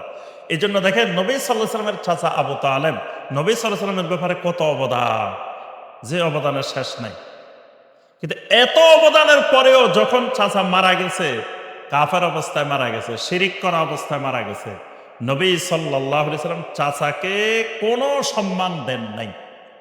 নবী সাল্লাল্লাহু আলাইহি ওয়াসাল্লাম আলী রাদিয়াল্লাহু তাআলা আনহুকে বলছেন, তোমার বাবাকে গোসল দেওয়া যাবে না, কাফন পরানো যাবে না, খাটে তোলা যাবে না, জানাজা হবে না, সম্মানের সাথে কবরে রাখা যাবে না, কোন রকম নিয়ে একটা গর্ত করে মাটির নিচে রেখে আসো, কারণ এইভাবে না করলে মানুষেরা কষ্ট পাবে। তাহলে দেখেন চাচা, নিজের আপন চাচা, আবার এত অবদান নবী সাল্লাল্লাহু আলাইহি ওয়াসাল্লামের ব্যাপারে, কিন্তু ওই চাচারে মৃত্যুর পরে কোনো সম্মান দেওয়া হয় নাই। কেন? শিরিক অবস্থায়, কুফরি অবস্থায় মারা গেছে। তাকে তাওহীদের দাওয়াত দেওয়া হয়েছে, তাওহীদের দাওয়াত গ্রহণ করেন নাই। তাহলে ৪ নম্বর কথা হলো যে শিরিক কুফরকে সম্মান করা, শিরিক কুফরকারীকে সম্মান করা যাবে না। আরেকটা বিষয় হলো সম্পর্ক বিচ্ছিন্ন করার মাধ্যম হলো শিরিককে শিরিক, মুশরিককে মুশরিক মনে করার আরেকটা ধরন হলো বিজাতীয় মুশরিকের কোনো সংস্কৃতি গ্রহণ করা যাবে না। এটা একটু মনোযোগ দিয়ে শুনেন যে মুশরিককে মুশরিক মনে করার ধরন হলো বিজাতীয় কোনো কৃষ্টি কালচার গ্রহণ করা যাবে না।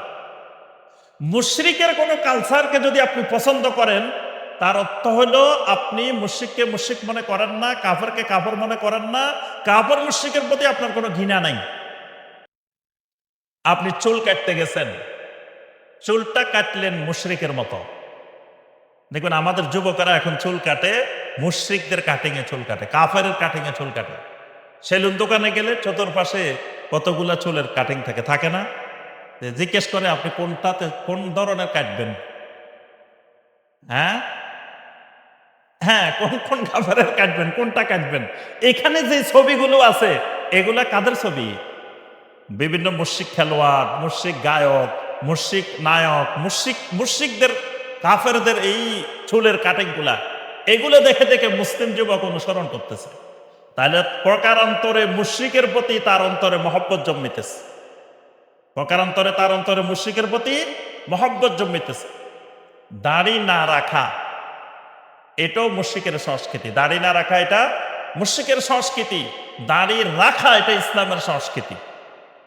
তারপরে দেখবেন আমাদের মা বোনেরা এখন বিজাতীয় সংস্কৃতি দেখে দেখে দেখে দেখে বিজাতীয় সংস্কৃতিতে চলাফেরা করতে স্বাচ্ছন্দ্য বোধ করে। পোশাক আশাক চলাফেরা এগুলোর মধ্যে বিজাতীয় কৃষ্টি কালচার এভাবে চলতেছে। তাহলে এই বিজাতীয় কৃষ্টি কালচার জন্মদিন পালন করে, বার্থডে পালন করে, অমুক দিন পালন করে, তমুক দিন পালন করে, 31 নাইট পালন করে। এই যে ডিসেম্বর মাস আসতেছে, ডিসেম্বর মাসের 31 তারিখ আসলে দেখবেন হোটেল মোটেল কক্সবাজারে বান্দরবনে কোনো জায়গায় খালি নাই, সব মুসলমানের। অথচ এই 31 নাইট বলেন, অমুক নাইট বলেন, তমুক নাইট বলেন, এগুলো সব কাফেরের মুশরিকের। আমি ওই দিন একটা ফতোয়া পড়ছি শেখ উসাইমিন রাহমাহুল্লাহ। শেখ উসাইমিন রাহমাহুল্লাহ, শেখ উসাইমিন তো সবাই চিনেন, গত শতাব্দীর পৃথিবীর সেরা আলেম শেখ মোহাম্মদ বিন সালেহ আল উসাইমিন রাহমাহুল্লাহ। তিনি বলছেন, আমরা যে ইংরেজি হিসাব রাখি, ইংরেজি সালের হিসাব রাখি, এই হিসাব রাখাও হারাম। শেখ মোহাম্মদ বিন সালেহ আল উসাইমিন রাহমাহুল্লাহর ফতোয়া এটা আমার ফতোয়া না। আমার কাছে ফতোয়ার কিতাব সহ আছে। আমি ওই দিন শান্তিনগর মসজিদে এই ফতোয়া ওই কিতাব থেকে আলোচনা করছি যে উনি বলছেন ইংরেজি সালের হিসাব রাখা মুসলমানের জন্য হারাম। মুসলমানের একটা নিজস্ব কালচার আছে, সেটা হলো হিজরি সন, এবং হিজরি সনটা সাহাবাই কেরামের এজমার ভিত্তিতে ওমর রাদিয়াল্লাহু তাআলা আনহু এই সাল প্রবর্তন করছেন। তাহলে সমস্ত সাহাবাই কেরাম, ওই সময় ইংরেজি সাল পৃথিবীতে ছিল, সাহাবাই কেরামের সময় ইংরেজি সাল এটা পৃথিবীতে ছিল। এমন না যে এটা ছিল না, কারণ ইংরেজি সাল অনেক আগের, নবী সাল্লাল্লাহু আলাইহি ওয়াসাল্লামেরও আগের। তাহলে ওই সময় ইংরেজি সাল এটা ছিল না পৃথিবীতে। কিন্তু সাহাবাই কেরামরা ইসলামী খেলাফতের, ইসলামী রাষ্ট্রের কোন জায়গায় ইংরেজি সাল গণিত না, এবং ইংরেজি সাল থেকে বাঁচার জন্য তারা এই হিজরি সাল প্রণয়ন করছেন সাহাবাই কেরামরা। এখন মুসলিমেরা দেখেন এই হিজরি সাল কেউ জানেই না। আজকে কয় তারিখ কেউ বলতে পারবেন? আজকে বলেন তো দেখি, জুমাদা সানিয়ার কয় তারিখ? পোস্টারে লেখা আছে, আপনাদের এখানে আজকে তারিখটা দেওয়া আছে, তবে এটা খুব আনকমন, সব জায়গায় কিন্তু এটা দেয় না, আরবিটা দেয় না। আপনাদের এখানে লেখা আছে 9 জুমাদা সান, তবে এক জায়গায় ভুল করছে আপনাদের এখানে। এখন হিজরি চলের 1447, এখানে লিখছে 1446। হিজরি এখন সাল হলো কত? 1447। আজকে তারিখ গেছে কত? 9। এখন রাত, এটা 10-এর রাত চলতেছে, এখন 10 চলতেছে। তাহলে এই হিসাবটা দেখবেন বাংলাদেশের 1 কোটি মুসলমানের একজনও জানেন। সবাইকে জিজ্ঞাসা করবেন আজকে ডিসেম্বর মাসের 1 তারিখ। তাহলে দেখেন ইংরেজদের, খ্রিস্টানদের সালটা, এটা খ্রিস্টানদের ধর্মীয় সাল। এই সালকে আরবিতে আমরা খ্রিস্টাব্দ লিখি না, যে 2025 কি খ্রিস্টাব্দ, মানে এটা খ্রিস্টানের সাল। আরবিতে লেখে মিলাদিয়া, এটা ঈসা আলাইহিস সালামের জন্মদিনের সাথে সম্পৃক্ত। তাহলে এটা আমরা খ্রিস্টানদের একটা ধর্মীয় বিষয়কে আমরা রাষ্ট্রীয়ভাবে, একবার জাতীয়ভাবে পালন করি এটাকে। কিন্তু শেখ উসাইমিন রাহমাহুল্লাহ বলেছেন এটা মুসলমানের জন্য হারাম। এই জন্য সৌদি আরবে ইংরেজি সাল গণে না, সৌদি আরবে সব জায়গায় দেখবেন কোন সাল? আরবি সাল, হিজরি সাল লেখা সব জায়গায়। অর্থাৎ মূল হিসাব থাকবে আরবি, তার সাথে ইংরেজি থাকতে পারে, বাংলা থাকতে পারে, আরো যত হিসাব আছে সব থাকতে পারে, কিন্তু মৌলিক হিসাব থাকবে কিসের? আরবির। কারণ আরবির সাথে আমাদের ইবাদতের সম্পর্ক আছে, রমাদানের সম্পর্ক আছে, তারপরে 13, 14, 15 সিয়ামের সম্পর্ক আছে, আরো অনেক ইবাদতের সম্পর্ক আছে এটার সাথে, আরবি হিসাবের সাথে। এই জন্য এটাও একটা বিজাতীয় সংস্কৃতি। কিন্তু এভাবে আমি আর আলোচনা ইমান ভঙ্গের দিকে যাব না, 3টেই আজকে থাক। 1 নম্বর শিরিক, 2 নম্বর কি মধ্যস্থতাকারী নির্ধারণ করা, আমার মাঝে আল্লাহর মাঝে কোনো মধ্যস্থতাকারী নির্ধারণ করা। 3 নম্বর কি কাফেরকে কাফের মনে না করা, মুশরিককে মুশরিক মনে না করা, কাফের মুশরিকের মতবাদগুলোকে বিশুদ্ধ মনে করা। এটাই ইমান ভঙ্গের 3টা কারণ। এবার সর্বশেষ একটা নসিহা করে শেষ করব। প্রশ্ন আছে না? আচ্ছা জি, থাকলে দিয়ে দেন, বাছাই করে দিয়েন, সব প্রশ্ন দরকার নাই, যেটা মনে করেন যে দরকার আছে এটা। তো সর্বশেষ আরেকটা বিষয়, সেটা হলো বর্তমানে আমাদের পারিবারিক জীবনে দেখা যাচ্ছে কলহ বেড়ে গেছে। স্বামী স্ত্রীর সম্পর্ক খুব খারাপ, স্বামী স্ত্রীর মধ্যে সম্পর্ক ভালো নাই। আপনাদের এলাকায় মনে খুব ভালো আলহামদুলিল্লাহ, কিন্তু সারা দেশের অবস্থা খুব ভয়াবহ। স্বামী স্ত্রীর মধ্যে সম্পর্ক নাই, এবং প্রতিদিন খালি তালাক আর তালাক, তালাক আর তালাক। সব তালাকের মাসালা চেক করে দিচ্ছেন, গড়ে দেওয়া যাবে না, এগুলো সব চেক করে দেন সবগুলো। তো এজন্য আমাদের বুঝতে পারছি, ওটা এখানে দেন, এখান থেকে বাছাই করে যেটা যেটা মনে করে যে দরকার এটা দেন। আচ্ছা জি, কারণ সব প্রশ্ন দিয়ে খামাখা ঝামেলা বাঁধানোর দরকার নেই। প্রশ্নের উত্তর তো এগুলো সবেই আপনাদের এলাকার যে উলামায়ে কেরাম আছে তারাও দিতে পারে, এগুলো আমরা আসি দেওয়া লাগে না। তাও যদি দুই একটা গুরুত্বপূর্ণ থাকে সেগুলো আমরা আলোচনা করবো ইনশাআল্লাহ। তো যে বিষয়টা বলছি, স্বামী স্ত্রী একজন যদি আরেকজনের অধিকারগুলো পালন করত, তাহলে সমাজে এই পরিস্থিতি সৃষ্টি হইতো না। এজন্য স্বামী স্ত্রীর কয়েকটা অধিকার সংক্ষেপে আমি নসিহা করব, মা বোনদেরকেও নসিহা করব, ভাইদেরকেও নসিহা করব। এক নম্বর কথা, যে বিয়ের আগে, বিয়ে করার সময়, বিয়ে দেওয়ার সময়, পাত্রপাত্রী ঠিক করার সময় একটু খেয়াল করে দিতে হবে। বেনামাজির কাছে বিয়ে দিবেন না, বেনামাজি মেয়ে বিয়ে করবেন না। কি ঠিক আছে না? এখন বিয়ে করার সময় বিয়ে করছেন বেনামাজি, বিয়ে ছেলে নামাজ পড়ে না, হারাম উপার্জন করে, ছেলে চাকরি কোথায় করে খালি খবর নেই, কত টাকা বেতনে চাকরি করে, কি করে এটা খবর নেই, কিন্তু হালাল চাকরি করে না হারাম চাকরি করে এটার খবর নেই না। কিন্তু এটাও ফরজ। হারাম চাকরি সে যত কোটি টাকা ইনকাম করুক, হারাম চাকরিওয়ালা ছেলের কাছে বিয়ে দেওয়া যাবে না। হালাল চাকরি বা হালাল ব্যবসা, হালাল পেশা, সে কম রুজি করুক, আল্লাহ পাক এটার মধ্যে দুনিয়াতেও বারাকা দিবেন, আখেরাতেও বারাকা দিবেন। এজন্য এরকম ছেলে নির্বাচন করতে হবে। মেয়েটা নামাজি, পর্দাশীল, কোরআন তালাওয়াতকারী, ও সবাই চায় আমার ছেলে মেয়েগুলো ভালো হোক। সবাই আসে এসে কয় সাহেব একটু দোয়া করেন আল্লাহ যেন আমার ছেলে মেয়েগুলোকে সলেহীন বানায়, দিনদার বানায়, ভালো বানায়। এখন বিয়ে করার সময় বোটা বিয়ে করছে বেপর্দা, বিয়ে করার সময় বিয়ে করছে বেনামাজি। তো এখন বউ যদি, স্ত্রী যদি দিনদার না হয়, তো ছেলে মেয়ে দিনদার কেমনে হইব? কারণ ছেলে মেয়ে তো আপনার কাছে থাকে না, থাকে কার কাছে? মায়ের কাছে থাকে। 24 ঘন্টার মধ্যে আপনাকে পায় ছেলে মেয়ে কয় ঘন্টা? তো পায় তো কাকে? মাকেই পায়। তো মা যদি সালেহা না হয়, মা যদি দিনদার না হয়, তো ছেলে মেয়ে দিনদার হইব কেমনে? এই জন্য বিয়ে করার সময় খেয়াল করতে হবে যে আমি কাকে বিয়ে করতেছি, একটা দিনদার মেয়ে বিয়ে করতেছি কিনা, নামাজি, পর্দাশীল, কোরআন তালাওয়াতকারী, সালেহা, এরকম মেয়ে বিয়ে করার জন্য চেষ্টা করবেন। যারা অবৈধ সম্পর্কের মাধ্যমে বিয়ে করে, এরা শুরুতেই একটা জানাকারিনী মেয়েকে বিয়ে করে। কারণ মেয়েটা যদি ভালো হতো তাহলে কি তার সাথে সম্পর্ক করতো? কি আমাদের দেশে যেটারে প্রেম বলে, আসলে এটা প্রেম না, এটা তো হইলো জেনা। এখন যদি ওই মেয়ে যদি ভালো হইতো তো তার সাথে প্রেম করতো? খারাপ দেখেই তো করছে, তাহলে সে বিয়ে করতেছে জেনে শুনে একটা খারাপ মেয়েকে বিয়ে করতেছে, একটা জানাকারিনী মেয়েকে বিয়ে করতেছে। আবার ওই ছেলেও খারাপ দেখেই তো মেয়ের সাথে সম্পর্ক করছে, তাহলে মেয়েও জেনে শুনে একটা খারাপ ছেলেকে বিয়ে করতেছে। এজন্য বিয়ে করার আগে এটা খেয়াল করতে হবে। 2 নম্বর, স্বামী স্ত্রী একজন আরেকজনকে মহব্বত করা, দয়া করা, অনুগ্রহ করা, এটা একজনের উপর আরেকজনের ফরজ।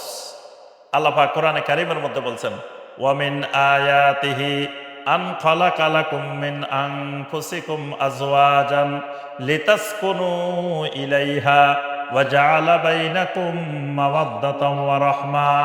মাওয়াদ্দাতাও ওয়া রাহমা, একজন আরেকজনকে অনুগ্রহের দৃষ্টিতে দেখা, একজন আরেকজনকে ভালোবাসা, এটা স্বামী স্ত্রীর অধিকার। একজন রাগ করলে আরেকজন চুপ করে থাকতে হইব। একজন দোনোজনে যদি রাগ করতে থাকে তো মাঝখানে শয়তান ঢুকে যায়। এজন্য নারীদের কিছু প্রকৃতির প্রতি স্বামীকে খেয়াল রাখতে হবে। 1 নম্বর প্রকৃতি, আল্লাহ রাসূল সাল্লাল্লাহু আলাইহি ওয়াসাল্লাম বলে দিয়েছেন যে নারীদেরকে আল্লাহ রাব্বুল আলামিন সৃষ্টি করেছেন ফাজরের, বাম পাজরের বাঁকা হাত থেকে। এই হাড্ডিটা এমন ফাইন জাহাবতা তুকিমাহু কাসারতাহু, এটারে সোজা করতে গেলে ভাঙ্গি যাবে। যদি বলো যে না এটা বাঁকা রাখা যাবে না, পুরা সোজা করে ফেলবো, তো এটা ভাঙ্গিয়ে যাবে। আবার যদি কয়ে না যেমনে বাঁকা আছে এমনি বাঁকা থাকুক, তো নবী সাল্লাল্লাহু আলাইহি ওয়াসাল্লাম বলেন এরকম বাঁকা থাকলে লাম ইয়াজাল আওয়াজ, এটা খালি বাঁকা হইতেই থাকবো, হইতেই থাকবো। 2 এর মাঝামাঝি, এটা নারীর একটা প্রকৃতি, এটা খেয়াল রাখতে হবে। নারীকে আল্লাহ পাক সৃষ্টি করছেন এইভাবে, আপনি পুরা সোজা কোনোদিন বানাইতে পারবেন না, আবার একেবারে ছাড়িয়ে দেওয়া যাবে না, 2 এর মাঝামাঝি করতে হবে। এটা একটা প্রকৃতি। আরেকটা প্রকৃতি হলো ইয়াকফুরনাল আশির ওয়া ইয়াকফুরনাল ইহসান। নারী সবসময় স্বামীর প্রতি অকৃতজ্ঞ থাকে, স্বামীর এহসানকে অস্বীকার করে। এটা নবী সাল্লাল্লাহু আলাইহি ওয়াসাল্লাম বলছেন যে স্বামী সারা জীবন সব করছে, একদিন বাজার থেকে একটা জিনিস আনতে কইছে, আনে নাই, কয় তোমার এই সংসারে আসি জীবনে শান্তি পাইলাম না, কিচ্ছু করে নাই, কিছুই পাইলাম। সব পাইছে, কিন্তু একদিন একটু বেশ কমেছে। কয় আমি কিছুই পেলাম না, একবারে শেষ। এটা নারীর প্রকৃতি। এখন যদি উনি কইছে যে কিছু পায় নাই, আপনি বলেন হ্যাঁ কি পাও নাই, এবার শুরু হয়ে গেছে দুইজনে। এই জন্য নারী যখন এগুলো করবে তখন আপনি একটু শান্ত থাকবেন, তাহলে দেখবেন যে আর ঝগড়াঝাটি মারামারি এগুলো হবে না। স্বামী স্ত্রীর অধিকার একজন আরেকজনকে এবাদতের দিকে সহযোগিতা করা, আল্লাহর এবাদতে সহযোগিতা করা। মানে সকালে আপনি আগে উঠছেন, স্ত্রীকে তুলে দেন। নবী সাল্লাল্লাহু আলাইহি ওয়াসাল্লাম দোয়া করছেন ওই স্বামীর জন্য। আবার স্ত্রী আগে উঠছে, স্বামীকে তুলে দিবে। পরিবারের সবার মধ্যে দিন পালনের জন্য একজন আরেকজনকে সহযোগিতা করবে। একজন আরেকজনের প্রতি বিপদে আপদে এগিয়ে আসা, এটা তাদের একজন আরেকজনের প্রতি অধিকার। সহানুভূতি প্রদর্শন করা একজন আরেকজনকে, এটা তাদের অধিকার। এই অধিকারগুলো যদি আমরা সবসময় খেয়াল রাখি, তাহলে পরিবারে শান্তি আসবে, অশান্তি থেকে আমরা দূরে থাকতে পারবো। আর প্রতি কথায় কথায় খালি তালাক তালাক এইদিকে না গিয়ে আমরা কিভাবে সুন্দরভাবে দাম্পত্য জীবন কেটে ওঠে, তালাকের পরে আবার খুঁজতে থাকে, আহারে কি করলাম, এবার কি করলাম, এবার খালি ফতোয়া খুঁজে যে কোন জায়গায় গেলে বলবে যে তালাক হয়নি। তো এটা একটু আগে চিন্তা করলে তো হবে। এই জন্য রাগ কন্ট্রোল করতে হবে এবং একটু সহানুভূতির দিকে দৃষ্টিতে তাকাইতে হবে, তাহলে এই কাজগুলো সৃষ্টি হবে না। আল্লাহ পাক আমাদের সবাইকে তৌফিক দান করে। ওরে আল্লাহ, যে প্রশ্ন আসছে আজকে সারা রাত উত্তর দিয়ে তো শেষ হবে না। আচ্ছা, জুমার দিন 2 আজান সুন্নাহ নাকি বেদাত? জুমার দিন 2 আজান, এটাকে আমরা সরাসরি সুন্নাহ বলবো না, বেদাতও বলবো না। যেহেতু এটাকে বলবো আমরা 2 আজান জায়েজ। 2 আজান কি জায়েজ, এটাকে বেদাত বলা যাবে না। বেদাত বলা যাবে না এই কারণে, যেহেতু এটা খোলাফায়ে রাশেদিনের সময় চালু হয়েছে। ওসমান রাদিয়াল্লাহু তাআলা আনহুর খেলাফত কালে চালু হয়েছে। তো ওসমান রাদিয়াল্লাহু তাআলা আনহুর খেলাফত কালে যদি চালু হয়, খোলাফায়ে